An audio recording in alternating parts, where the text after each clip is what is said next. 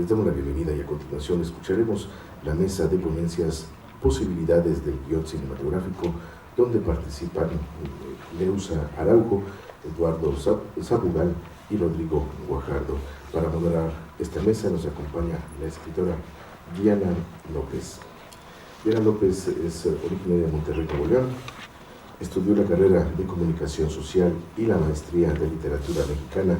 Dirigió Corazón y actuó en Barrio Antiguo, cortos del proyecto 8 Cine Minutos, asesorados por Juan Carlos Rulfo. Realizó la dirección de arte del corto Lo que nos pertenece, ganó el premio Conarte 2017 a Mejor Guión de Cortometraje y el premio Shorts México 2018, ambos con el guión Recalentado es mejor, escrito en coautoría con Alba Garza. Actualmente se encuentra escribiendo el guión de una serie. Continuamos con esta mesa. Gracias, buenas tardes a todos. Gracias por su presencia en esta mesa. Vamos a dar la bienvenida a cada uno de nuestros invitados. A Leusa Araujo, ella es de Sao Paulo, Brasil. Es periodista, escritora e investigadora de contenido del Núcleo de Teledramaturgia de la Red Globo. Recibió el premio Jabute de Literatura 2016 con el libro Conviviendo en Grupo, Almanaque de Supervivencia en Sociedad, después de varios títulos de ficción y no ficción, 7 libros. Realizó investigación de contenido para telenovelas y series Encantadoras de Telemundo 2016, Saramandaya y Viva la Vida, Celebre la Diferencia. Recibió el premio al Mejor Guión de Abra 2018, Asociación Brasileña de Guionistas. Publicó en 2017 el libro de cuentos Si no lo hago y otras historias verídicas, con Quelone, con presentación del escritor Joao Carrascosa. Actualmente hace la investigación de contenido sobre una cantante brasileña para una nueva obra audiovisual. Está también con nosotros Eduardo Sabugal, de Puebla. Es escritor de cuento, ensayo y guión cinematográfico. Es catedrático en la Universidad Iberoamericana de Puebla. Cuenta con 2 libros de cuento publicados, Involuciones, con Secretaría de Cultura del Estado de Puebla, y Liquidaciones, con el Fondo Editorial Tierra Adentro, así como un poemario, Sudario, del 2017 con Editorial Abismos. En 2013 gana el 13º Concurso Nacional de Cortometraje del IMCINE. Es maestro en Lengua y Literatura Hispanoamericana y también productor y conductor de radio. Y también está con nosotros Rodrigo Guajardo, quien es autor del poemario 33 Sirenas, editado por Tierra Adentro y Consejo Nacional para la Cultura y las Artes, y Estándar, un libro infame y canciones austeras que escribió Rodrigo Guajardo, editado por Analfabeta en el 2017. Es 2 veces ganador del premio de guión de largometraje del Consejo para la Cultura y las Artes de Nuevo León en el 2012, con El crimen de la calle Aramberri, adaptación de la novela homónima de Hugo Valdés. Y en 2016 por su original Las Rampas. Creó La Transparencia de la Víspera, un dispositivo que convirtió un lugar del centro de Monterrey en la que hoy conocemos como la Plaza de los Desaparecidos. Fue integrante del colectivo teatral 7 Golpes y dirige la revista de prosa norestense La Resolana de Nuevo León. Bien, démosle la bienvenida a nuestros invitados, por favor.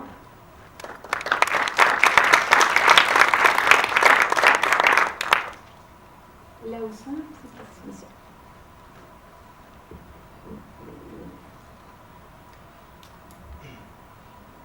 Buenas tardes, eu sou a Leusa, eu vou falar em português, porque como escritora é necessário que eu me sinta em casa. Eu sou escritora, jornalista de formação e há 8 anos atuo combinando o trabalho de jornalista com a teledramaturgia na TV Globo. Para mim é uma alegria estar nesse encontro internacional de escritores, literatura e cine.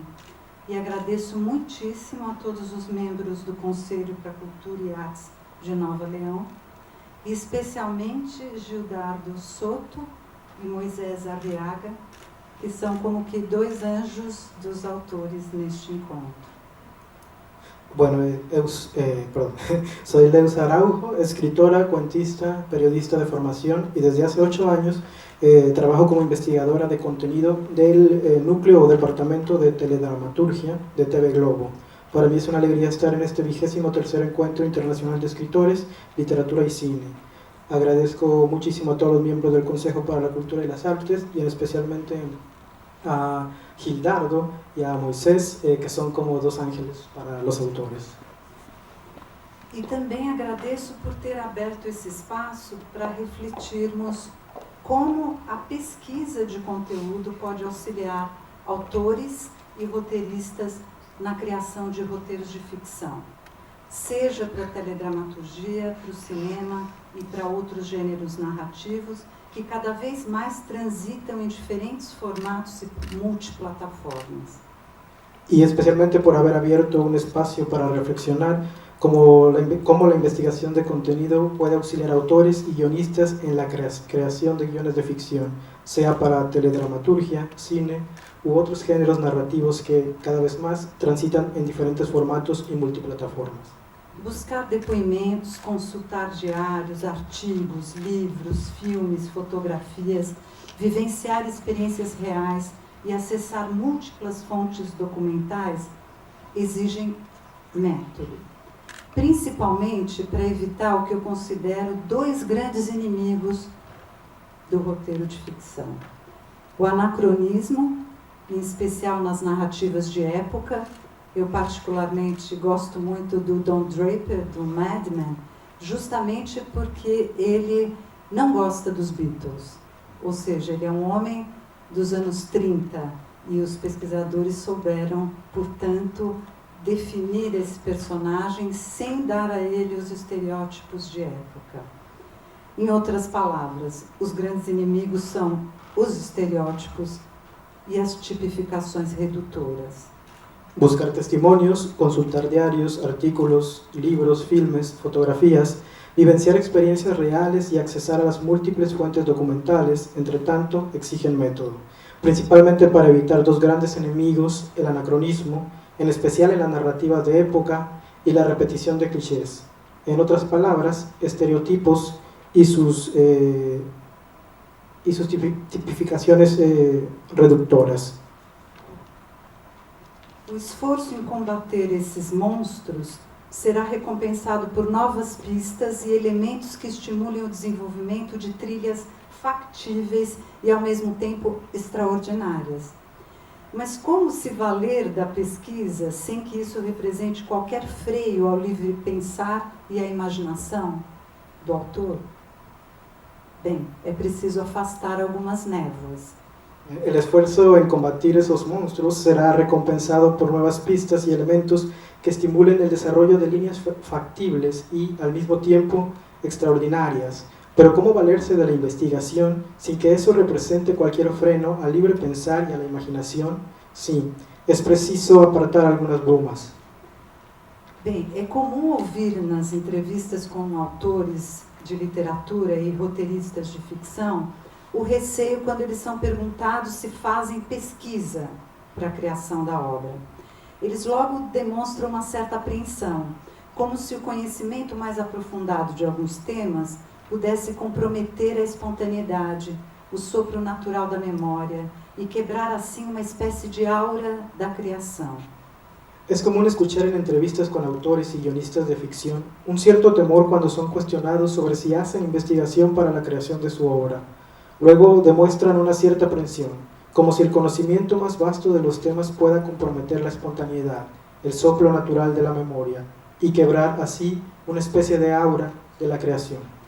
Na literatura é mais fácil afugentar esse medo, pois nós, escritores, podemos evocar os clássicos pesquisadores do século XIX, como Balzac e Flaubert, e encontrar seguidores dos seus métodos no romance contemporâneo.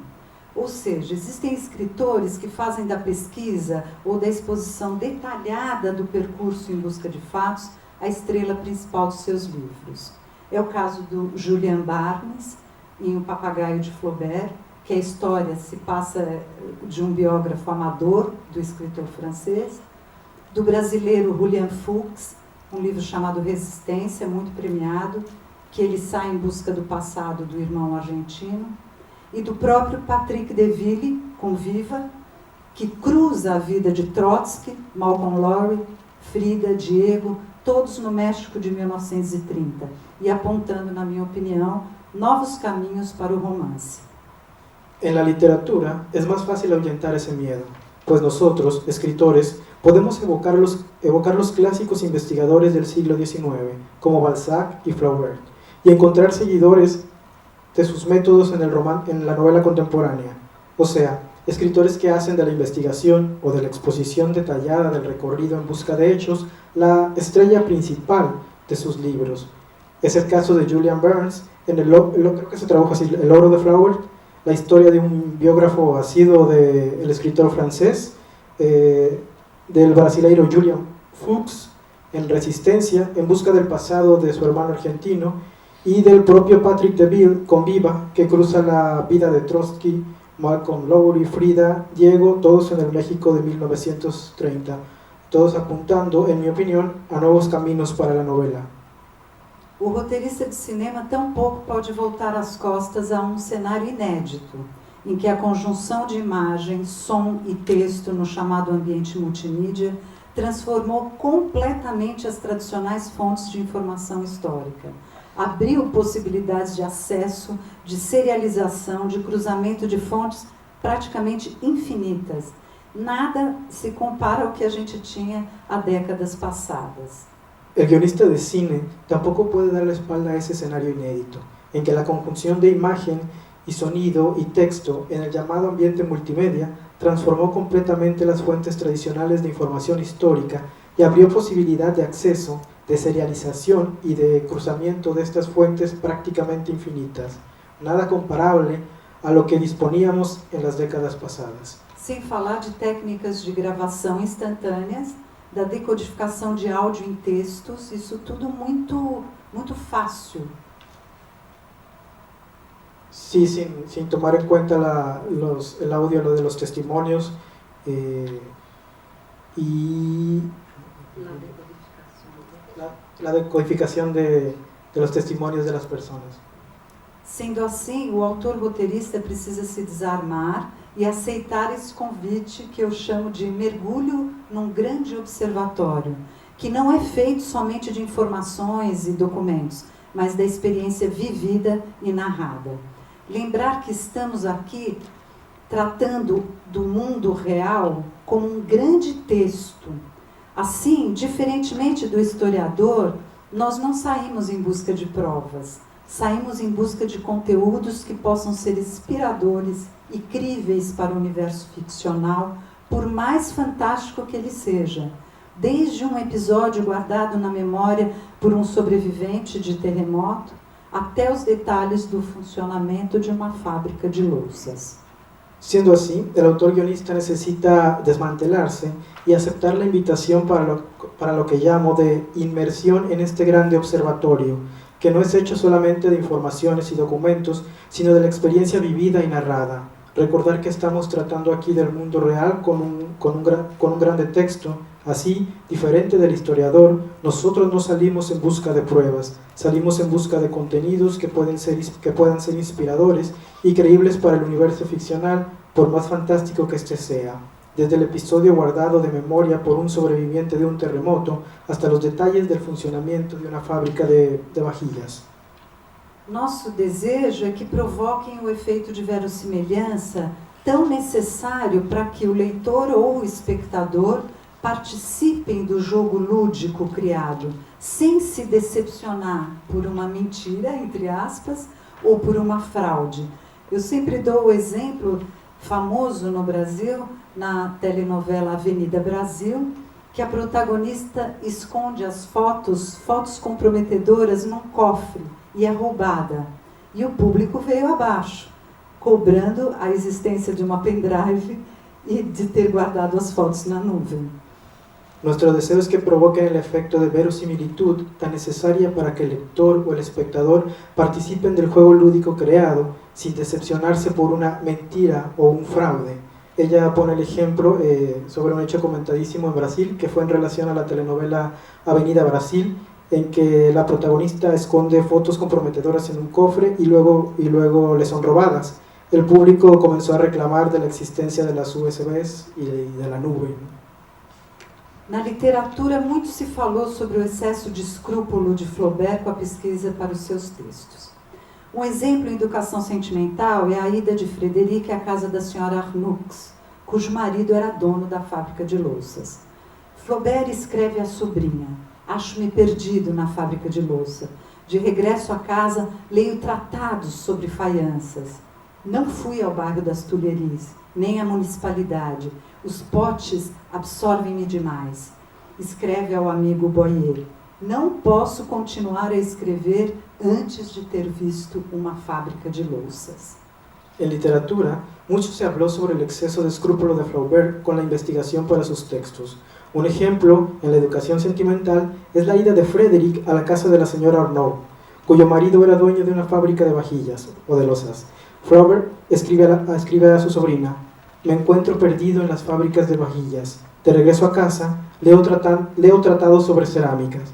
No fui al barrio de las Tullerías ni al de la municipalidad. Las vasijas me absorben de más. Escribe a su amigo Boyle: no puedo continuar escribiendo antes de haber visto uma fábrica de louças. Bem, essa fábrica de louças ilustra bem o valor da pesquisa. Em meu conto, Se Não Eu Atiro, o personagem é um pintor dos anos 80. Resolvi pesquisar as tintas na época importadas da Europa. Encontrei nomes, marcas, tonalidades e, de fato, quando eu estava escrevendo o momento em que o pintor se depara com hematomas no rosto da sua assistente, que havia sido violentada, percebi que o que ele via só podia ser violeta do Egito, violeta azulado, violeta ultramarino. Bien, esa fábrica de losas ilustra bien el valor de la investigación. En mi cuento, Si no disparo, el personaje es un pintor en los años 80. Resolví investigar las tintas en la época importadas de Europa. Encontré nombres, marcas, tonalidades. Y de hecho, cuando estaba escribiendo el momento en que el pintor se encuentra con hematomas en el rostro de su asistente, que había sido violentada, percibí lo que él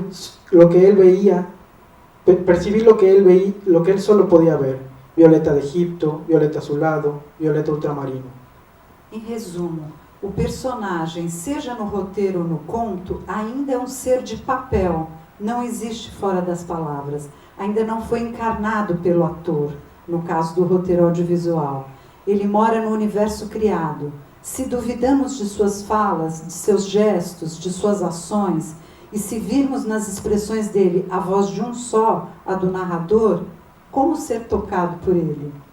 En resumen, el personaje, en el guión o en el cuento, todavía es un ser de papel, no existe fuera de las palabras, todavía no fue encarnado por el actor en el caso del guión audiovisual. Él mora en el universo creado. Si dudamos de sus palabras, de sus gestos, de sus acciones, y si vemos en las expresiones de él la voz de uno solo, la del narrador, ¿cómo ser tocado entonces por él? Na pesquisa que fiz para a telenovela Encantadoras, por exemplo, conhecer de perto a rotina das empregadas domésticas rendeu elementos para a música tema. Levo vida de empreguete, eu pego às 7. É a maneira que elas usavam para se referir ao horário em que saíam de suas casas. Eu pego às 7. Assim como um pequeno dicionário regional do Piauí, que é um estado brasileiro, foi a fonte para o termo curica, que nomeava de forma pejorativa as domésticas e que voltou à tela para compor a personagem vilã, que era uma piauiense cômica, Chayenne. En la investigación para la telenovela Encantadoras, por ejemplo, conocer de cerca la rutina de las empleadas domésticas rindió en elementos para el tema musical. Una traducción aproximada: llevo vida de empleada, me levanto por las mañanas. Manera usada para referirse al horario en que las trabajadoras salen de sus casas. Así como un pequeño diccionario regional de Piauí, un estado brasileño, fue la fuente para el término curica, que nombraba domésticas de forma peyorativa, y que regresó a la pantalla para componer el personaje de villana cómica de Chayenne. Sí. Frases inteiras retiradas dos comentários de madames falando mal de suas empregadas nas redes sociais amanheciam na boca das patroas da novela. Só para se ter uma ideia de como o mundo real colaborou com a composição dos personagens. Frases enteras tomadas de los comentarios de señoras hablando mal de sus empleadas en las redes sociales amanecían en la boca de las patronas de la novela, solo para tener una idea de cómo el mundo real colaboró con la composición de los personajes. Portanto, construir um léxico para o personagem, ou ao menos garantir que em todo o roteiro a linguagem se mantenha coerente, é um modo inteligente e profundo de fazer realismo. Um realismo que não é cópia, mas uma recriação densa e concentrada de um modo de dizer, de nomear as coisas, de ser, de existir e viver na e por meio da linguagem. E isso quer dizer, não basta enfiar de roldão as expressões na boca do seu personagem, mas ele tem de encarnar no texto o personagem que é. Así que construir un léxico para el personaje, o al menos garantizar en todo el guión que el lenguaje se mantenga coherente, es un modo inteligente y profundo de hacer realismo.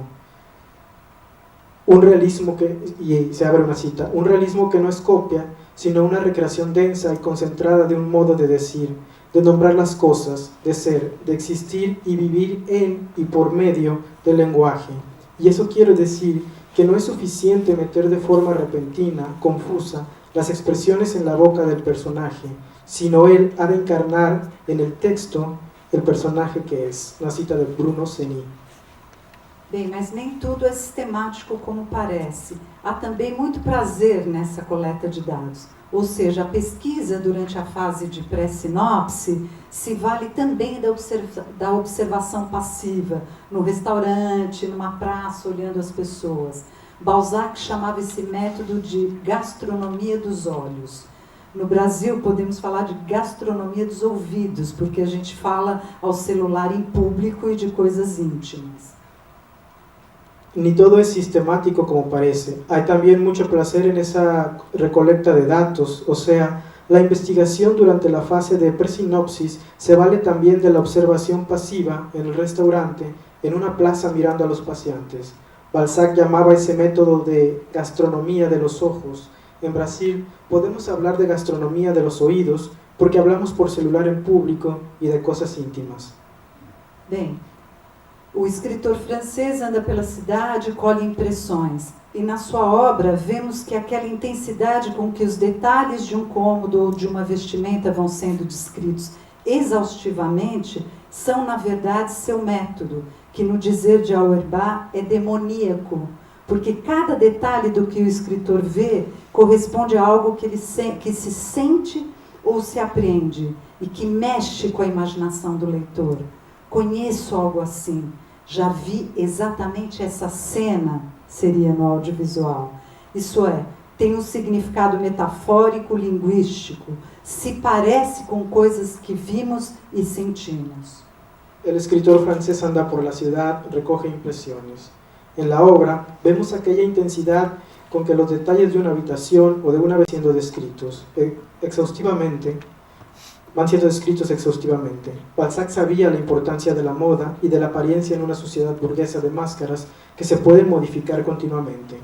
Son en realidad su método que, al decir de Auerbach, es demoníaco, porque a cada detalle que el escritor ve corresponde a algo que se siente o se aprende y que se mete en la imaginación del lector. Conozco a alguien así, ya vi exactamente esa escena. Esto es, tiene un significado metafórico, lingüístico, se parece a coisas que vimos e sentimos. A personalidade única torna-se então uma categoria social. Mas hoje, mesmo longe de Paris, de Balzac, há um imenso observatório à disposição nas redes sociais e em depoimentos espontâneos. Basta ficar na frente do computador, entrando nas bibliotecas, espionando o que quer que seja nesse voyeurismo digital. E além do mundo virtual, contamos com profissionais que certamente dominam vários assuntos e podem enriquecer nossas buscas. La personalidad única se torna entonces una categoría social. Hoy, aún lejos de la París de Balzac, hay un inmenso observatorio a la disposición en las redes sociales con testimonios espontáneos. Basta estar frente a una computadora, entrando en bibliotecas o espiando lo que quiera que sea en ese voyerismo digital y más allá del mundo virtual. con tantos profesionales que ciertamente dominan varios asuntos y pueden enriquecer todavía más nuestras búsquedas. Bem, a pesquisa é um mergulho estimulante. Só que ao voltarmos à tona para tomar fôlego e nadar, muitas vezes deixamos quase tudo que foi coletado lá no fundo.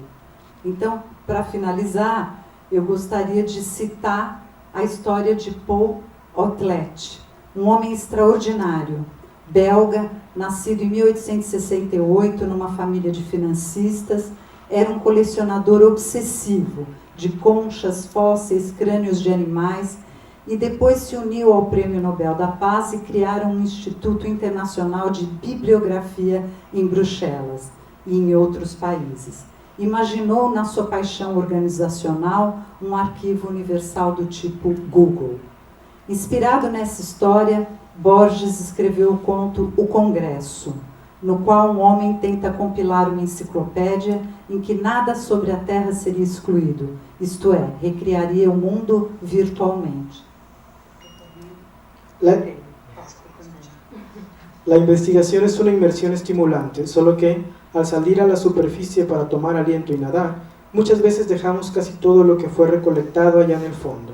Pensando en esto, me gustaría finalizar esta breve presentación, citando la historia de Paul Otlet, un hombre extraordinario, belga, nacido en 1868, en una familia de financieros y planeadores urbanos.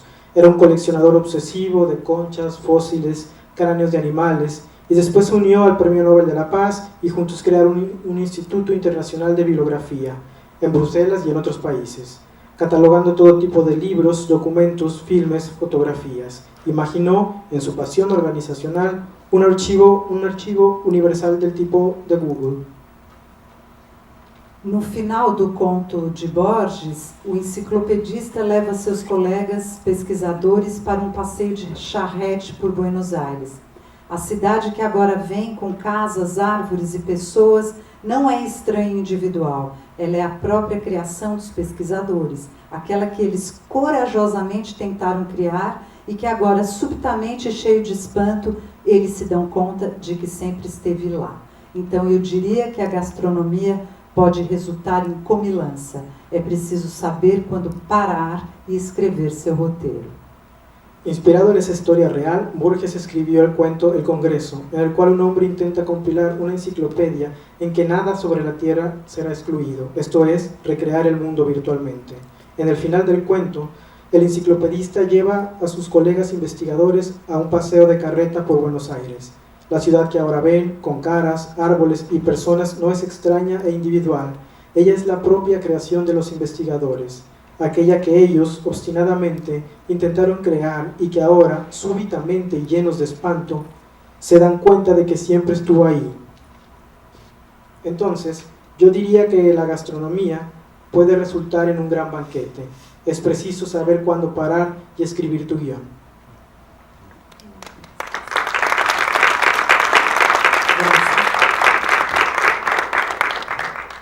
Eduardo. ¿Qué tal? Buenas. Muchas gracias por la invitación, gracias a Gildardo, a Moisés por sus atenciones. Me da mucho gusto estar aquí y además en este recinto tan hermoso y tan adecuado para hablar de cine y compartir la mesa con los colegas. Bueno, yo en realidad voy a hablar de algo bastante básico, espero no sonar muy arcaico. Cuando leí el título de la ponencia sobre las posibilidades del guión, me quedé pensando bastante tiempo sobre cuáles son las posibilidades del guión y me contesté de una forma muy burda o muy básica diciendo pues las que siempre han sido, es decir, las que permitieron que existiera el guión y si nos vamos más lejos, las posibilidades que permiten que el hombre siga fabulando y que hicieron que fabulara. Paul Ricoeur ha explicado que hay algo, es una certeza que todos tenemos, que no podemos eludir, que todos los que estamos aquí sabemos perfectamente que vamos a morir. Y esa idea de la muerte es la que nos hace experimentar algo terrible, que es la noción de tiempo. La temporalidad es monstruosa porque sabemos que tenemos los días contados. Todos sabemos que vamos a morir, no sabemos ni cuándo ni cómo, ni dónde, pero sabemos que vamos a morir. Ese terror, que podríamos pensar que es casi un terror metafísico o cósmico, saberse mortales, es lo que hizo que el ser humano empezara a narrar. La temporalidad, dice Paul Ricoeur, el hermeneuta francés, solo se puede humanizar narrando. Y creo que esa es la posibilidad del guión, humanizar esa experiencia terrible que es el tiempo. Hoy, más que nunca, y en el contexto mexicano, después de 2 sexenios de violencia extrema, las posibilidades de morir no son como un asunto retórico, sino que esa temporalidad se acentúa todavía más en tiempos de violencia. Heidegger se preguntaba, ¿para qué poetas en tiempos de aciagos, ¿no? O de penuria? Por ahí lo traducen. Bueno, podríamos pensar, ¿para qué guionistas en tiempos de violencia, ¿no? O en tiempos aciagos? Y creo que eso tiene que ver con la humanización de la experiencia del tiempo.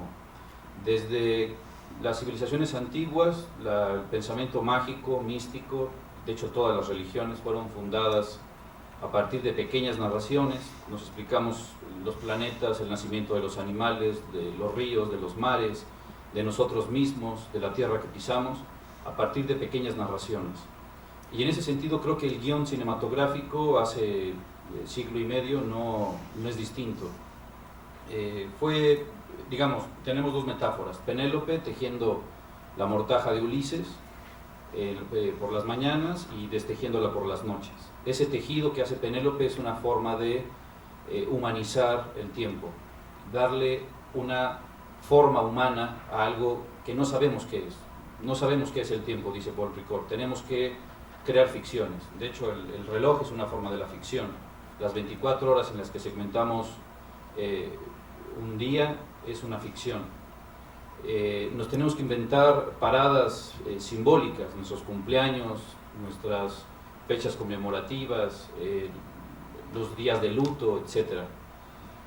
Y la otra metáfora clásica, además de Penélope, está en Las Mil y Una Noches, que se ha estudiado bastante. Por ahí a Octavio Paz le interesaba mucho esta escena de Sherezada platicando con el sultán, sabiendo que si no tiene la habilidad de contar, de saber contar, va a morir.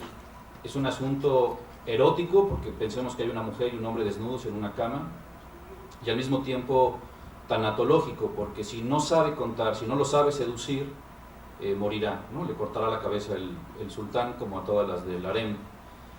Y entonces, esa es la lección, digamos, de Sherezada, saber contar para poder seguir existiendo, para poder seguir vivos. Esa humanización del tiempo solo se da a través de la narración.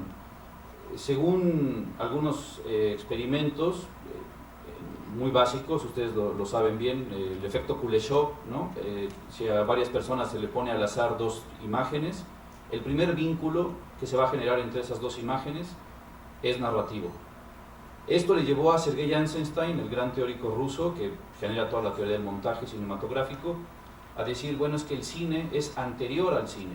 Es decir, el cine no nace cuando nace el cinematógrafo, que eso es un resultado de, por un lado, el gadget de laboratorio, inventos que hicieron los científicos experimentando sobre la física, ¿no? De hecho, si pensamos, el disco de Isaac Newton ya es una especie de cine.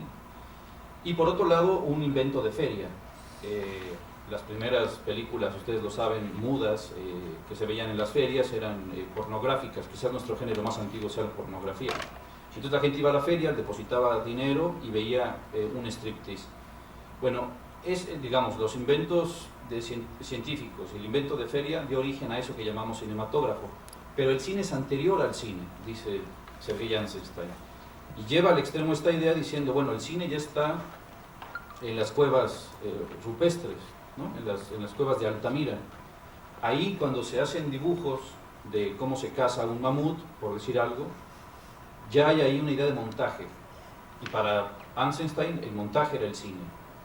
Entonces, contar algo, por ejemplo la caza de un animal, en imágenes, implicaba segmentación, yuxtaposición y generar una suerte de narrativa.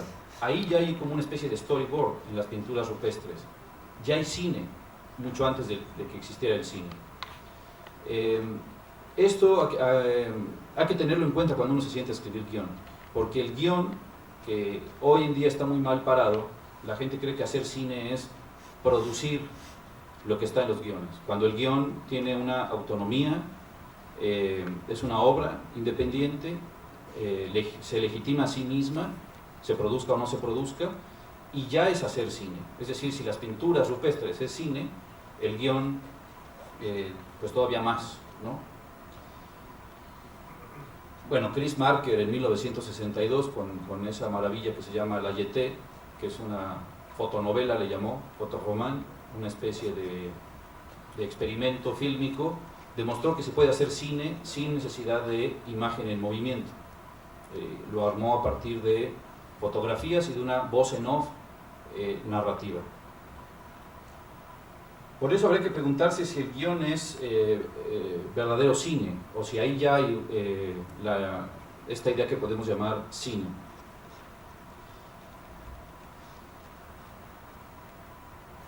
No será por eso que el cine, el guión cinematográfico, no será por eso que está más emparentado con el mito que con la novela o que con la épica. Y bueno, me acuerdo de ese gran texto de Carlos Fuentes sobre Mariano Azuela, cuando habla de los de abajo, dice que es nuestra Ilíada descalza, ¿no? Dice que los de abajo de Azuela es una especie de épica degradada. Y ahí Carlos Fuentes explica lo que él llama el círculo ardiente. Dice que lo que nos permitió pasar del mito a la tragedia fue un puente llamado épica, y que la tragedia, al retomar la idea de los dioses, regresa al mito, y ahí estuvimos en un círculo ardiente hasta que apareció la novela, ¿no? Ahora que Leusa citaba a Balzac y a Flaubert, bueno, justamente ese es el gran aporte de la novela, ¿no? Podríamos irnos hasta Cervantes. Él irrumpe en este círculo, que es un círculo ardiente, para usar las palabras de Fuentes, y la novela lo que hace es volver lineal ese círculo, salirse del círculo en una especie de linealidad. Quizás las posibilidades del guión sean justamente recuperar su dimensión mítica y alejarse de la épica, y esto querría decir alejarse de la novela. La novela entendida en su forma más clásica. ¿Qué quiero decir con que el guión, una de sus posibilidades es regresar al mito? Pues regresar a este concepto de fabulación, que tiene que ver con humanizar el tiempo. Todavía creo que Vargas Llosa en el 2010, cuando recibió el Premio Nobel de Literatura, se llamó a sí mismo fabulador. No usó la palabra escritor, no usó la palabra novelista, dijo: soy un fabulador. Sófocles era fabulador, así como José Revueltas es un fabulador. El guionista creo que tiene que regresar a ser un fabulador, y eso quiere decir humanizar el tiempo, y no cualquier tiempo, un tiempo que ya lo dijimos es un tiempo aciago.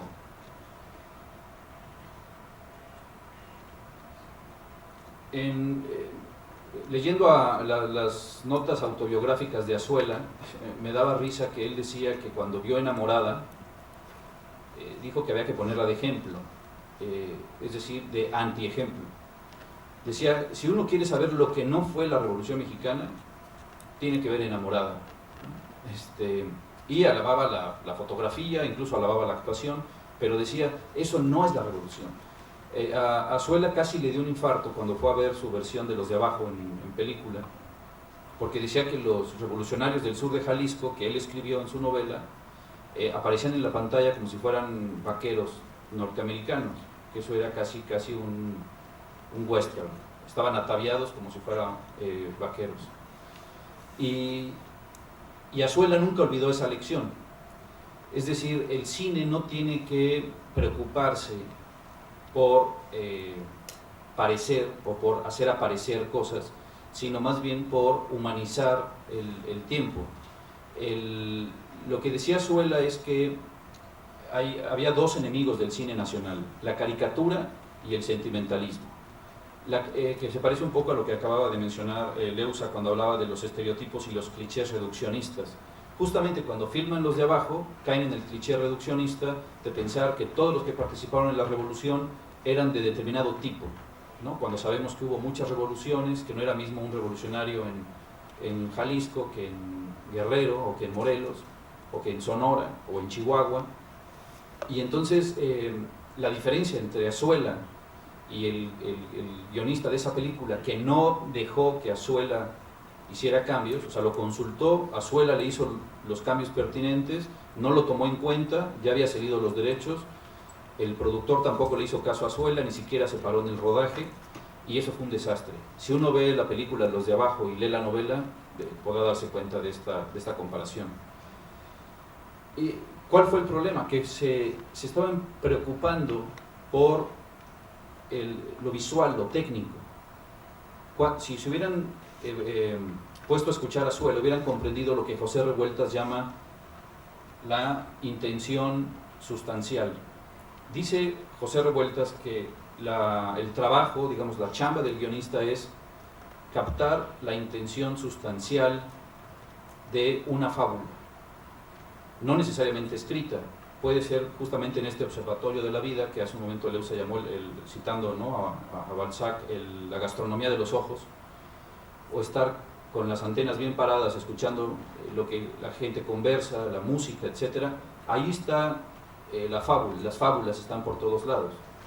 El guionista lo que hace es escuchar las fábulas o ver las fábulas, capturarlas y generar una intención sustancial. Cuando José Revueltas explica esto, también utiliza un ejemplo de la literatura adaptada al cine. Utiliza un fragmento de un cuento de Albert Camus que se llama La mujer adúltera, la escena es muy sencilla, van Janine y Marcel en un autobús,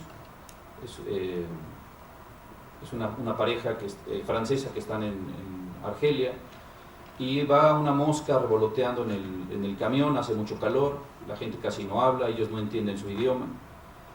Si uno lee el fragmento de ese cuento, pensaría que, bueno, si eso lo traducimos a guión, sería interior, camión, mañana tarde, Janine, Marcel viajan en un autobús, esposo y esposa, una mosca revolotea a su alrededor. Y José Revueltas dice, eso sería terrible, porque se estaría perdiendo la intención sustancial. Es decir, el guionista no es un traductor ni un descriptor de escenas, sino que tendría que tener la capacidad de humanizar ese tiempo, en este caso el tiempo de Janine y Marcel, que está en ese cuento de Albert Camus. Y entonces se daría cuenta que lo que importa es el vuelo de la mosca, que se posa por unos segundos en las manos de Marcel, y Janine se da cuenta que que es tan indiferente que ni siquiera tiene fuerza para espantarse esa mosca que se le paró en la mano. Es decir, que la intención sustancial de esa escena, dice José Revueltas, es la indiferencia de Marcel. Y eso lo vamos a ir viendo en el desarrollo del cuento, cómo tiene que ver con este matrimonio frustrado, este olvido en el que tiene a Janine Marcel. La intención sustancial, en términos de Revueltas, la humanización del tiempo, en términos de Paul Ricoeur.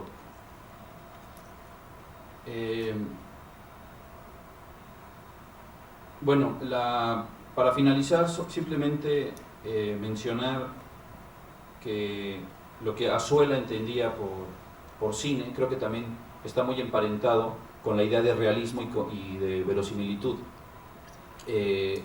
Esto es un postulado aristotélico que creo que hay que recordar. El guionista no trabaja con la verdad, trabaja con la verosimilitud.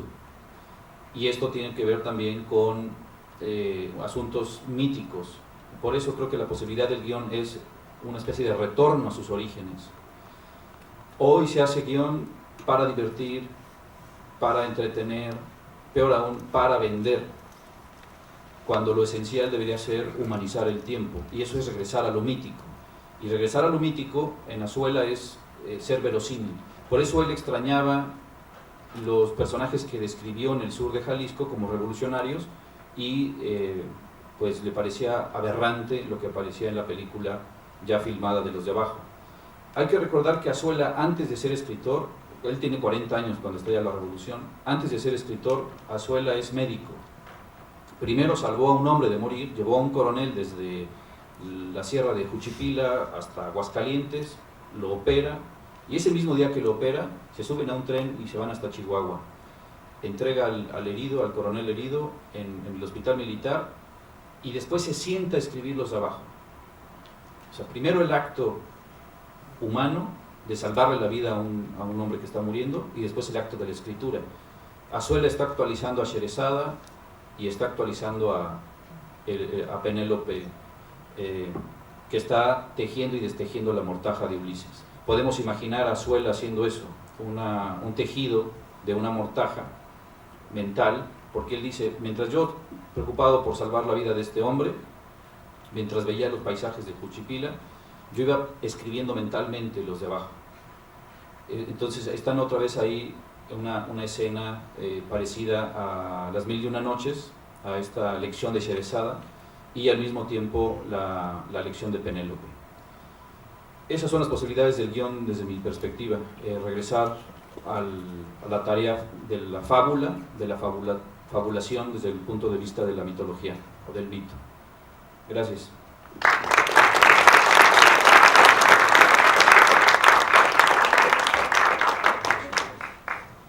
Rodrigo Guajardo.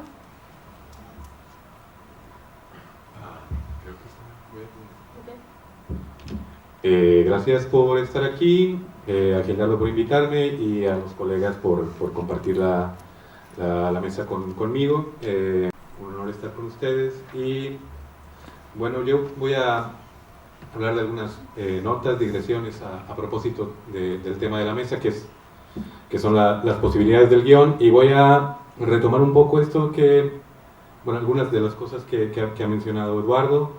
Y también ayer Gabriel Nuncio habló de la herida del guionista, y en la mañana Gabriel Meléndez también. Entonces parece que como que todos los días hay un Gabriel que habla de una herida, y seguramente así es, y yo voy a refrendarla aunque no me llame Gabriel. Bueno, debo comenzar por aclarar que soy de los que creen, y también de los que les pesa un poco que un guión sin filmar está incompleto, ¿no? Como guión.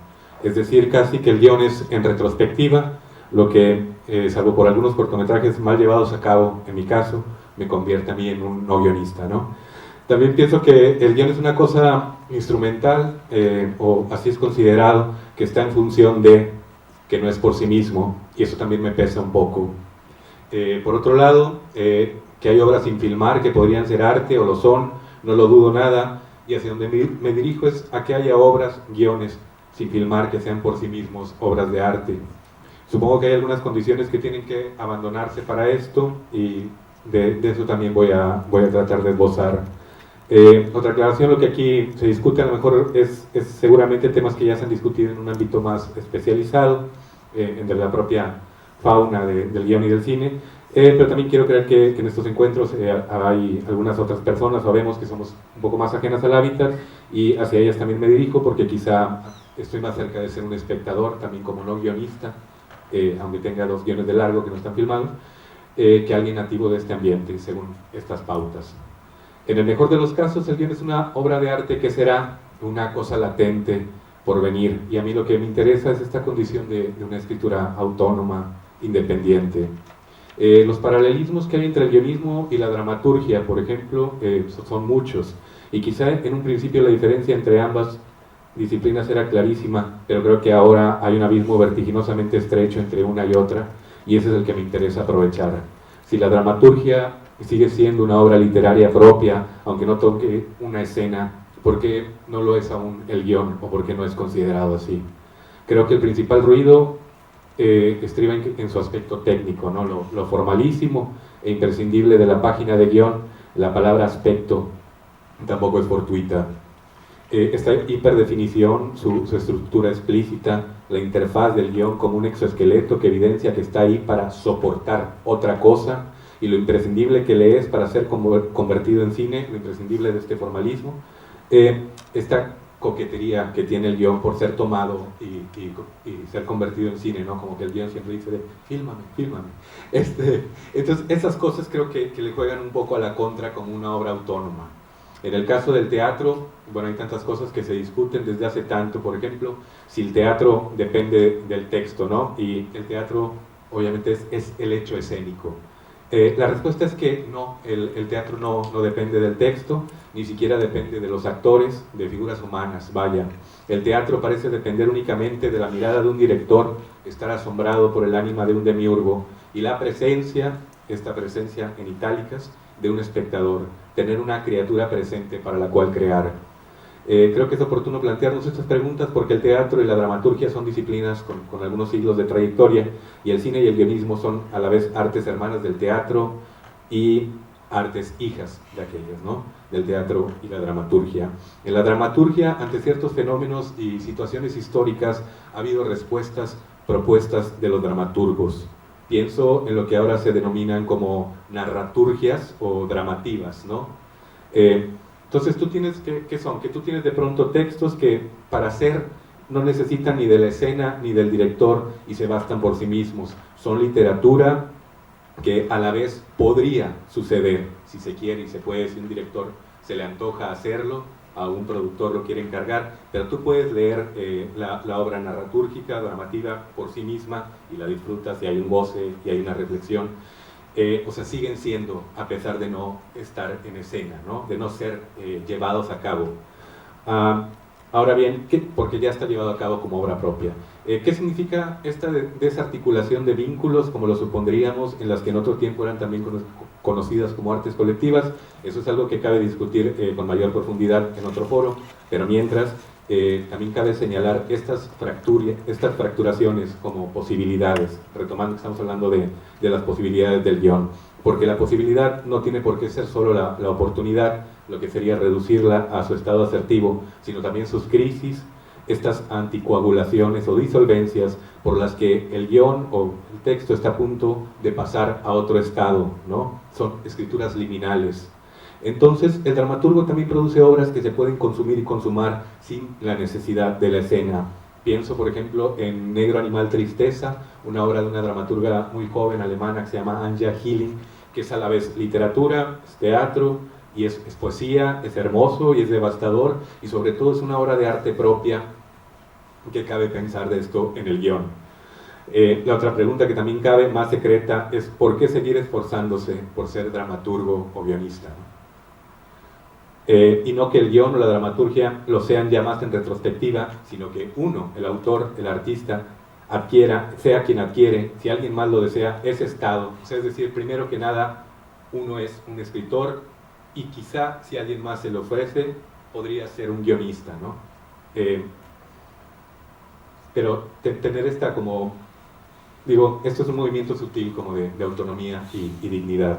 Más allá de eso, ¿cuál es el sentido de que el guión sea un arte por sí mismo, que quien lo escribe sea un artista? ¿Cuál es la necesidad o la justificación, digamos, ontológica de que haya otra manera más, otra de ser artista o de que aquello sea un arte propio? ¿Es acaso un lenguaje de sí, con un espacio definido y distinto de otro, por isoglosas? Esto es ambiguo y quizá así sea mejor. ¿Acaso una de esas necesidades o justificaciones yazga en que efectivamente eso sucede y se puede? O sea, es posible que el guión sea una obra de arte por sí. Es una posibilidad, está en él como potencia. Ahora, ya antes había mencionado que las posibilidades también son sus mermas, crisis, es decir, todas las posibilidades de que un guión se vaya al olvido. La mayoría de los guiones no sucederán, porque para eso no se necesitan muchas cosas, ¿no? Dinero, para empezar, y este es un país sin él, un circuito, relaciones, un equipo afortunado de personas, por ejemplo. Entonces eso, proporcionalmente a todas las veces que se intenta, pasa casi nunca. Las posibilidades del guión son literalmente un milagro. Esta no ocurrencia del guión, su no consumación como cine, condena a sus autores a no serlo. Quizá haya que seguir dilucidando esto hasta fundamentarlo, el que el guión sea un lenguaje propio, para lo cual, creo yo, su funcionalidad, su condición instrumental, debería pasar a segundo término. Esto constituiría, creo yo, el primer paso hacia su autonomía. Creo idealmente de una manera muy burda, muy agreste, que tanto dramaturgos como guionistas deberíamos acercarnos más a un tercer lugar, que sean la escritura de textos performativos. Creo que, por ejemplo, el momento en que la foto dejó de ser meramente ilustrativa, cuando dejó de importarle su función, pasó a ser, por ejemplo, una obra de arte. Entonces también creo que el guión podría ir por ahí, ¿no? Tener esta propia poiesis. El asunto es comenzar a pensar en el formato como una interfaz ya asimilada, ya dada, que la acción ya contemple o comprima el encabezado, que el exterior noche esté dicho por la situación. Hacia donde voy es a la creación de textos de carácter performático con un nivel estético autónomo, cuya guionización sea, si alguien la quiere, posible, y que este aspecto meramente técnico pueda o no ser realizado por el autor o por un tercero como parte, pues, de un proceso meramente técnico, ¿no? Yo creo que lo que hasta ahora conocemos como guionismo es propiamente un lenguaje, que hay personas que acaso no tenemos la capacidad o las posibilidades o el don de contar una historia en una novela o en un cuento, como es mi caso, y sin embargo sí creo que lo puedo hacer bajo una mirada cinematográfica. Todas estas elipsis, justaposiciones que decía Eduardo, cortes, las duraciones, el enfoque, las texturas, colores. El asunto es que los guionistas seamos artistas que dicen, y dicen también debe ir en itálicas, que dicen con la mirada, ¿no? El otro punto, acaso más fenomenológico, y que hablaría de esta condición propia de los que usamos este lenguaje, yo creo, y esto suena un poco, no sé si robótico o futurista, creo que después de más de un siglo de cine y de fotografía, la mirada ya es una forma de pensar, ¿sí? Esto ya, creo que la humanidad ha cambiado un poco. Ayer hablaba con Ramón López Castro, que estuvo en esta mesa por la mañana, de una distopía ambivalente donde la señalética y el mundo iconografizado ya sea un poco prescindible, por ejemplo, la alfabetización, ¿no? O sea, todo está tan graficado y se entiende de tal manera que realmente no es como imprescindible que sepas leer, ¿no? Esta otra manera de decir visualizado, de leer fotogramas con tanta inmediatez, dice algo sobre que ya pensamos de otra manera y que las artes han cambiado no solo el pensamiento, sino el cerebro mismo y al espíritu. Y bueno, así como para finalizar y dejando más quisiera dejar más preguntas o dudas que asentadas respuestas o puntos, para platicar, ¿no? Estas son algunas de las dudas y preguntas, ficcionalidades que me planteo cuando me pongo a pensar en las posibilidades del guión, y es en la del guionista como alguien que deja de serlo para volver a ser un autor propio. Gracias.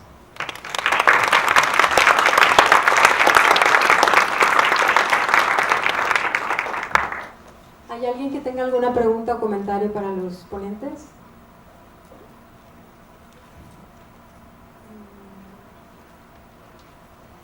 ¿Hay algún micrófono especial?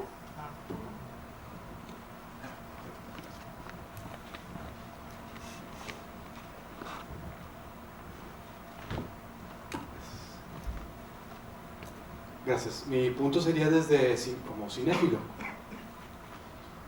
Me gustó mucho lo que dijo Eduardo y Rodrigo, y la señorita Leusa Araujo pues estuvo en portugués, no entendí completamente. Entonces, básicamente me gustaría saber si Rodrigo Bujardo se va a lanzar al mundo underground, tipo de Andy Warhol. Si hablamos de los derechos de autor del guionista, siempre hay una caricatura del guionista en Los Ángeles que es aquel que no conserva su integridad, la integridad del guionista y el poco reconocimiento que tiene el guionista allá en Hollywood. Entonces, pues tal vez una solución sería irse a underground, tipo Andy Warhol allá en Manhattan. Esa sería una inquietud. Y básicamente de lo que dijo Eduardo, creo que lo que planteó de la escena de Albert Camus, donde está pues, la mosca y la infidelidad de esa pareja o el fracaso de ese matrimonio, pues termina siendo algo más de la semiótica o algo simbolista, donde, como dice Rodrigo, tal vez el artista visual no está alfabetizado, no sabe leer y escribir como el fotógrafo, no saben las imágenes. Entonces, ¿qué ventaja tiene aquel que no lo aterriza en la semiótica del significado del significante y se queda nada más en el puro significado y de ahí lo pasa a la imagen, no al lenguaje o lo que viene siendo el lenguaje cinematográfico que pudiera estar correlacionado con la semiótica de los signos o el simbolismo, ¿no? Que ya lo hablaba mucho Saussure y todo eso. Entonces, pues, serán mis inquietudes al respecto y las ventajas que tiene alguien que no lo baje tanto al lenguaje.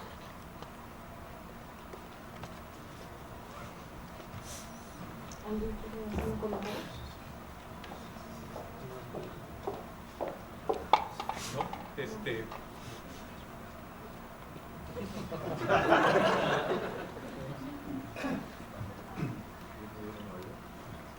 Sí, no, digo, la semiótica sí siempre es un lugar desde donde se puede abordar el montaje, ¿no?, cinematográfico, pero por eso me gustó más el concepto de revueltas de intención sustantiva, porque no solo está hablando de símbolos o de uso de signos como tal.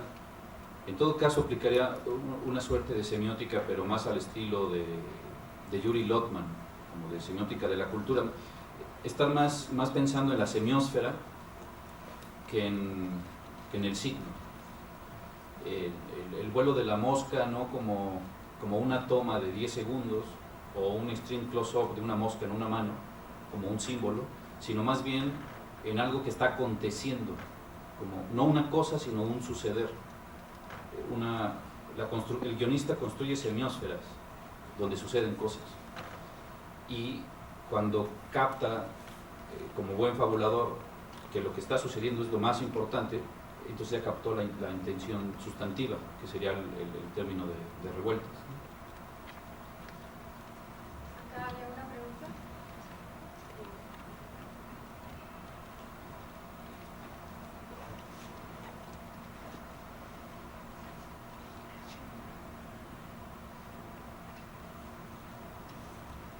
Buenas tardes. Primero felicitarles porque me parecieron excelentes ponentes. Tengo una duda o una pregunta para cada quien. Leusa, dices, es preciso saber cuándo terminar tu guión. Creo que para cualquier escritor o guionista esta es una incógnita tremenda.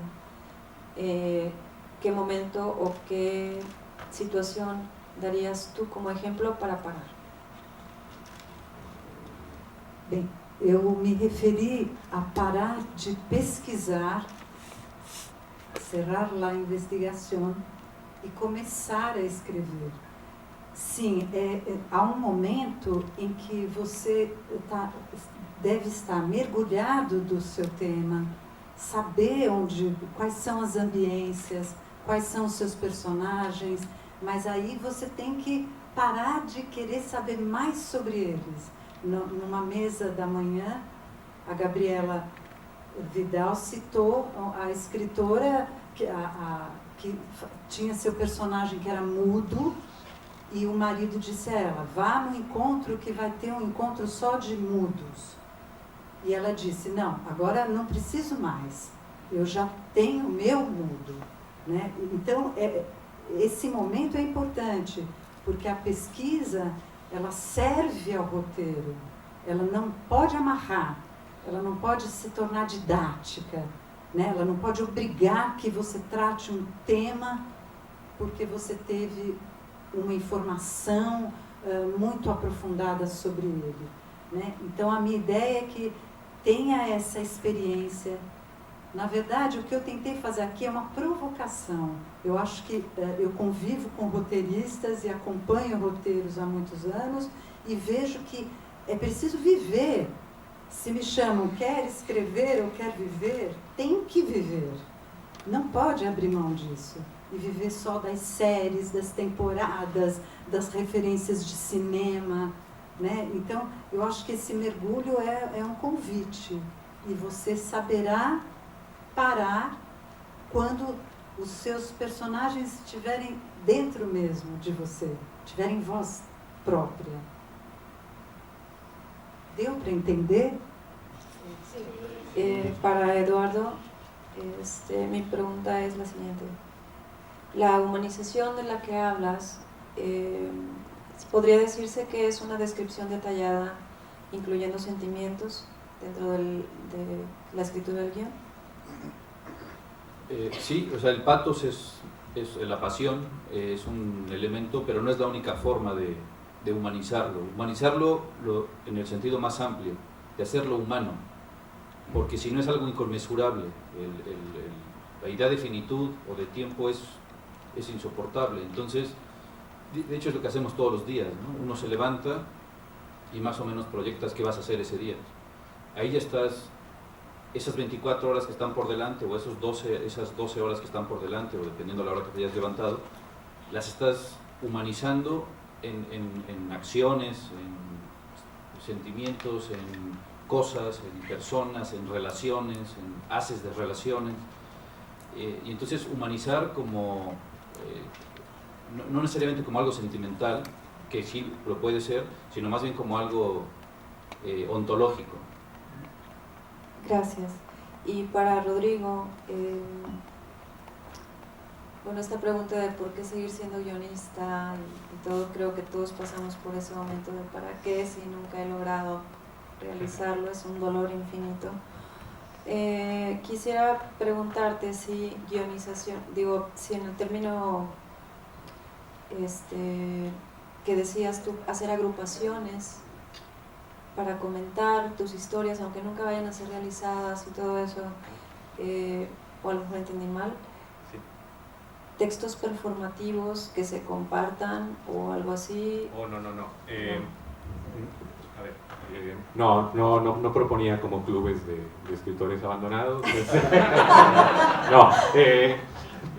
No, lo que, o sea, cuando leyendo teatro contemporáneo, me di cuenta de que había, o sea, esta separación que hubo entre el director y el dramaturgo, y la caída de, si en el siglo XIX el dramaturgo era el que ponía las pautas y las acotaciones, y en el XX ya no pasó, el director fue el que tuvo la última palabra, a tal manera que el dramaturgo ya también, por otras razones, pero alguna es esa, dejó de, por ejemplo, de escribir con acotaciones, ¿no? Luego ya dejó de escribir con tal personaje vestido así, ya solo eran voces y situaciones, ¿no? Y entonces, de repente, bueno, por ejemplo, esta obra que cité de la dramaturga alemana, tú la lees y bueno, para empezar no la puedes parar de leer porque te involucra mucho y es muy rápida. También porque no hay casi acotaciones, sino es un párrafo es un diálogo, otro párrafo es una descripción, otro párrafo es un color, otro párrafo es una onomatopeya, y tú lo vas realizando completamente por la velocidad y el ritmo, como algo cinemático, ¿no? Y no sé, tiene también como mucho de poesía. Y también decir, ¿y por qué esto sigue estando como bajo el estante de dramaturgia? Porque podría ser también un guión de cine perfectamente. Lo único que le falta es que diga exterior, noche, exterior, jumping, esas cosas, ¿no?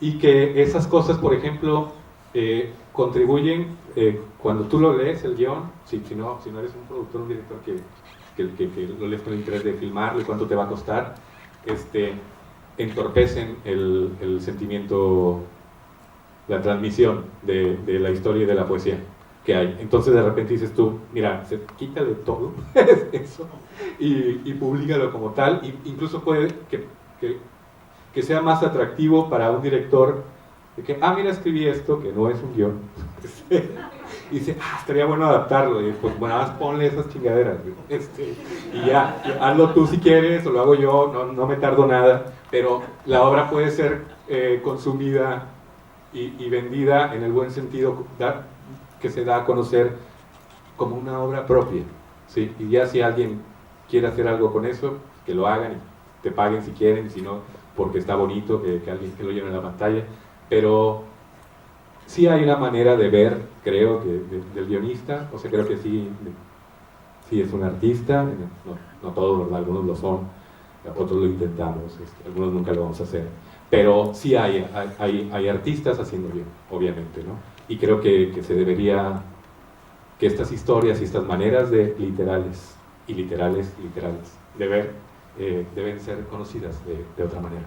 Sí, a lo mejor alguna acotación ahí. Recordé con algo que dijo Eduardo, que en una ocasión fui a registrar una obra, era un guión, y me preguntaban, ¿es cine o es literatura? Y le digo, es literatura, pero es para cine, entonces, ¿cómo lo clasificarías tú? Y ellos no supieron. Entonces yo le dije, a ver, es un guión, es cine, porque es una obra propia, o sea, si tú lo lees es una película, no es una novela, no es un cuento, no es un libro de poemas, es cine. Dice, sí, pero no está producido, no son imágenes. Le digo, pero en base a esto se van a hacer las imágenes, entonces es cine. Me dijeron, no, es literatura. Le digo, listo, regístralo como literatura. Pero ¿qué piensas tú? Porque sé que llevas las formas. Ahí lo que te conviene es como literatura, porque es más barato. Sí, es más caro registrarlo como obra cinematográfica. Entonces, ante indautor, conviene decir que es literatura. El guión es un género literario. Si nos ponemos filosóficos, el guión es cine. Pero imagínate, ¿cómo hubieran registrado las pinturas rupestres? ¿Es pintura? ¿Es graffiti? ¿Es cine? ¿Es un storyboard? ¿Qué es? ¿No? Entonces, por eso esto de las definiciones es bastante... es un obstáculo, más que una ayuda para pensar, es un obstáculo para pensar. Claro, hay instituciones y tú tienes que decir qué es esto, ¿no? Es como cuando te piden el INE. Uno no es el INE, pero lo enseñas como tu identificación. Entonces, ante indautor conviene decir, es literatura, y te cobran más barato.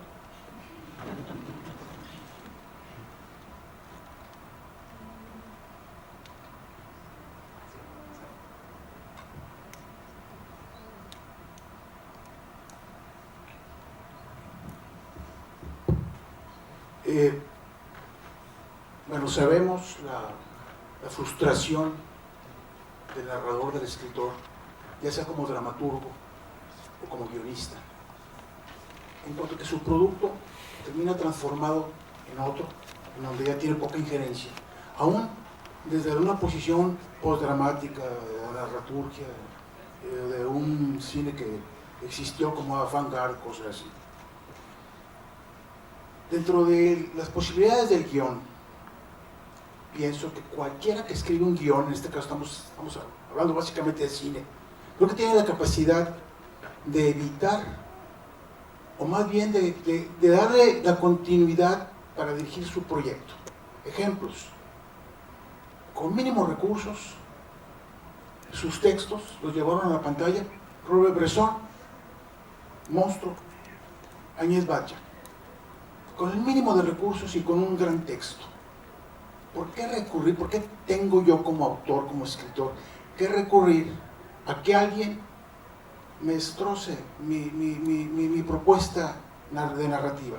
No hay que olvidar los pleitos que tenían Elia Kazan y Tennessee Williams por la conclusión de lo que se va a ver en la pantalla. Hay que tomar en cuenta que esto se va a ver en la pantalla y que hay una producción, hay un director, un asistente y basta, ¿no? O sea, en la dramaturgia aquí en México es un autor polaco, no me acuerdo cómo se llama, que en el contrato no le puedes cambiar ni la acotación ni el trazo, absolutamente nada, porque nos vamos a juicio. Pero para evitar eso, a lo mejor yo lo dirijo. Si mi vida está relacionada, antes que cualquier cosa soy lector, pero también el cine se lee, y soy un lector de muchos años, somos lectores de muchos años de cine, porque nos agarró la cámara, y si tengo toda la concepción de montaje, todo lo orgánico que implica una producción, y con esos ejemplos que puse, Agnès Batlle, que sigue la escuela de Sigaberto, o Bresson haciendo diálogos de ombligo a nariz, unas obras muy profundas, ¿no? Eso es lo que lo que quiero comentar como las posibilidades del guión 2018, que cualquiera puede hacer su película. Y por otro lado, ya para cerrar, la humanización del tiempo, recuerda, es uno de mis favoritos, ¿no? Yo no considero que es una humanización del tiempo porque es prácticamente el rescate de la memoria, que ahí habita el tiempo, en una lucha constante contra el olvido. ¿Y qué es el cine o qué es el arte? Al final de cuentas es capturo, congelo el tiempo y lo presento, lo menciono en la película, es con las multitemáticas que pueden ser. Pero básicamente esos dos, quizás con esos comentarios, la posibilidad de que yo tome mi cámara y lo pueda yo hacer y me preparo y hago todo lo que tenga que hacer. No consigo yo a Bergman que sus textos permita que los haya dirigido a otra persona. Tuvo la inteligencia de juntar monstruos como Sven Nystik en la fotografía y X, pero caray, o sea, la gente que está en eso, sácalo, ¿no? Muy sencillo. Los productores van a estar felices porque se van a ahorrar el sueldo del director. ¿Alguien más tiene otra pregunta? Una última. Hola, me da mucho gusto escuchar la conferencia. Creo que tiene un nivel de profundidad que nos a entender algunas cosas que de pronto estamos por alto, ¿no? En esta relación de literatura y del script. Yo quería preguntarles si pueden hacer alguna acotación, algún comentario sobre esta relación o esta discusión que aparece un poco olvidada o relegada a discusiones académicas sobre la idea de prosa y poesía en el cine. Incluso se llegó a debatir entre Pasolini y Romer. Yo la idea que tengo es que evidentemente en cine pues no hay como tal poesía, pero hay poiesis, ¿no? O sea, hay como relaciones que tienen que ver con todo lo que se ha hablado aquí, que proviene del montaje, no sé. Pero me interesa saber qué es lo que piensan ustedes de esa discusión, ¿no? Que implica otras, ¿no? Implica como cosas como el realismo, como lo social, la contemplación.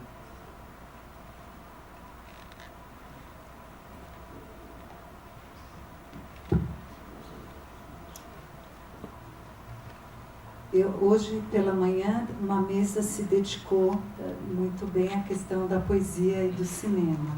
Então eu sinto que como prosadista, escritora, o que eu posso contribuir é que, por exemplo, Abbas Kiarostami, para ele Deus criou a digital, porque permitiu que ele fizesse a obra, inclusive sem sua equipe. Eu sinto que há possibilidade da poesia quando este autor toma para si o instrumento. Essa é a minha opinião. Aí não está mais no roteiro, está nesse autor que pega a sua câmera e vai, e é capaz de entrar na linguagem cinematográfica diretamente. Eu acho que para a poesia esse é uma possibilidade. E para o prosador seria o roteirista. A ele é dada todas as possibilidades de trabalhar com a linguagem. Mas na poesia eu acho que ele tem que ter a câmera na mão.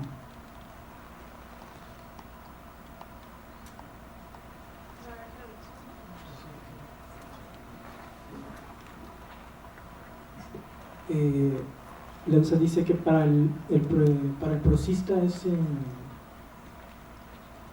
para el que hace poesía es importante tomar la cámara en la mano y filmar con eso. Y para el prosista,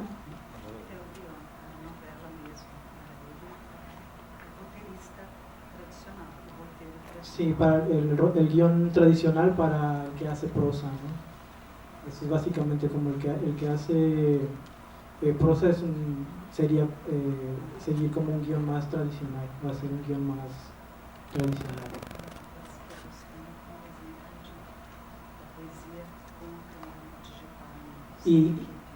Y Abbas Kiarostami como un ejemplo de la cámara digital en la mano, ¿no? Incluso sin equipo.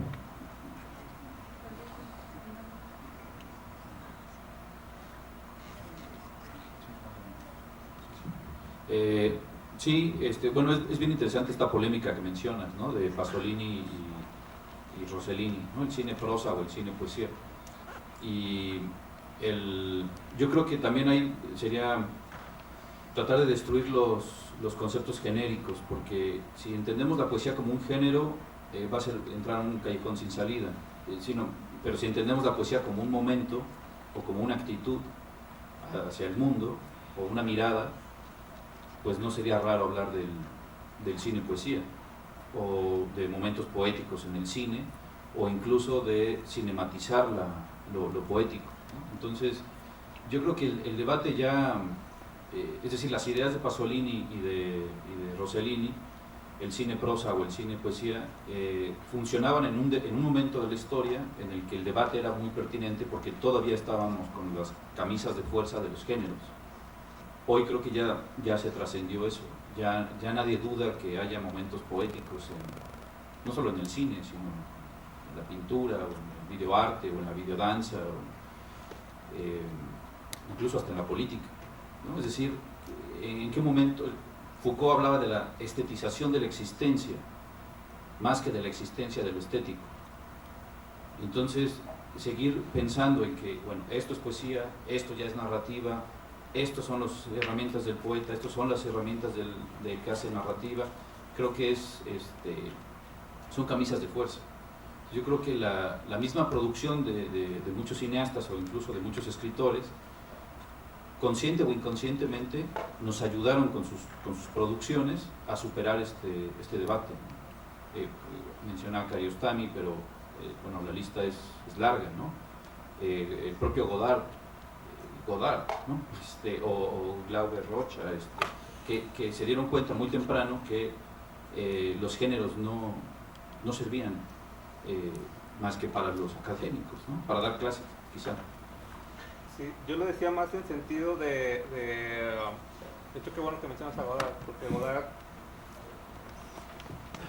Godard al menos en una especie de lectura crítica de su obra, es como, parece que responde más a la herencia de Mallarmé que a la herencia del cine, no sé, del cine convencional, ¿no? Y es muy interesante precisamente por eso, porque se rompen esos géneros, como tú dices. Yo la pregunta lo hacía más en el sentido, por ejemplo, para mí una muestra de que es una discusión latente, no necesariamente, yo no creo en el cine de género, por ejemplo, pero sí me parece latente en el sentido de cómo la gente prefiere consumir cierto tipo de cosas. En la conferencia esta de Venecia, la más reciente, Reigadas dice algo súper contundente que siempre ha dicho, ¿no? Pero lo dice de una manera muy comprensible y muy efectiva para mi sentir. Él dice que, al menos lo que él hace, no se trataría de trasladar información, ¿no? O sea, él se refiere de esa manera a este cine contemplativo, ¿no? Y obviamente cita inmediatamente a Tarkovsky. Él habla del tiempo como la herramienta fundamental. Obviamente esto está por encima de la historia, o sea, la película que acaba de mencionar, pues es una historia, tiene una narrativa lineal y tiene un guión estructurado convencionalmente, pero inherentemente a eso, como cineasta, hay una postura respecto a el trabajo con el ritmo, con el tiempo y con la poesía, pero en el sentido de la contemplación. Y yo lo menciono porque es complejo, porque obviamente él tampoco es el cinematógrafo, o sea, tiene ahí a Alexei. Entonces, me parece muy interesante que se plantee eso, porque si tú le preguntas a una persona que no esté aquí, o sea, que no sea un especialista, que no sea alguien que se dedica a profundizar en esto, pues la mayoría de la gente solamente piensa como en esto de contar historias, ¿no? O sea, básicamente eso era lo que yo quería decir, o sea, que el cine no podría ser solamente contar historias, y sí hay muchos niveles niveles poéticos o prosaicos inmiscuidos y embebidos en todos, y de hecho lo más interesante del cine reciente es que ya no se distingue, ¿no? Como dices tú, no hay la intención de yo soy poeta del cine, o sea, no hay eso. está como más sutil. O sea, ya que se redujeron esos radicalismos, todo está como más sutil, más oculto, y eso es muy interesante de ver. Solo agregar, en el sentido de lo que dijo Eduardo también, de que si te casas como por entender poesía por un género, pues a lo mejor se va a reducir todo mucho, ¿no? Y bueno, yo pienso en una frase de Cioran que dice, por ejemplo, lo del lenguaje, ¿no? Dice que los escritores o los poetas no crean en el lenguaje. No hay que olvidar que las mejores obras han sido escritas a pesar del lenguaje, ¿no? Entonces, en ese sentido, por ejemplo, decía Leusa, en la mañana hubo, no sé si viniste, una mesa dedicada a cine y poesía. Y bueno, ahí Rocío Cerón puso un cinepoema, que es un tipo de formato, y se siguieron discusiones con esto de poesía, cine y género, y yo mientras tanto no podía dejar de pensar, bueno, una cosa, que yo creo que la poesía es lo que no se puede diagramar, lo que no puedes esquematizar, precisamente lo que no puedes meter en un guionizar, para que luego sea llevado a cabo como instrucción, ¿no? Tiene que ver más con un encuentro fortuito de un montón de cosas en el tiempo, con la mirada, con la sensación que ha ido produciendo una película, y en tal punto llega una palabra o un color o un encuentro de varios elementos y ¡pum!, te generan una revelación, ¿no? Que tiene que ver, creo, con la velocidad, el momento en el que caen las cosas, ¿no? Y el ritmo que llevan. Y mientras estaban todas estas discusiones, yo no podía dejar de pensar de que cine y poesía, lo único que me pasaba por la cabeza era esta secuencia de Stoker de Tarkovsky, donde está el río con las fotos y todos los objetos oxidados, y que va así con un tempo lento y una melancolía terrible, y digo, y tiene una duración que no te pide, o sea, jamás ahí te anuncia, bueno, vamos a meter un poema en el cine, sino se queda contigo. Y cuando piensas en ciertas cosas, te viene a la imagen este verso o esta escena de película, y creo que esa es la poesía. Entonces, esta duración no solicitada, que digna per se, es la poesía, y está en el cine, en los grandes, ¿no? Y bueno, eso era todo lo que quería aclarar.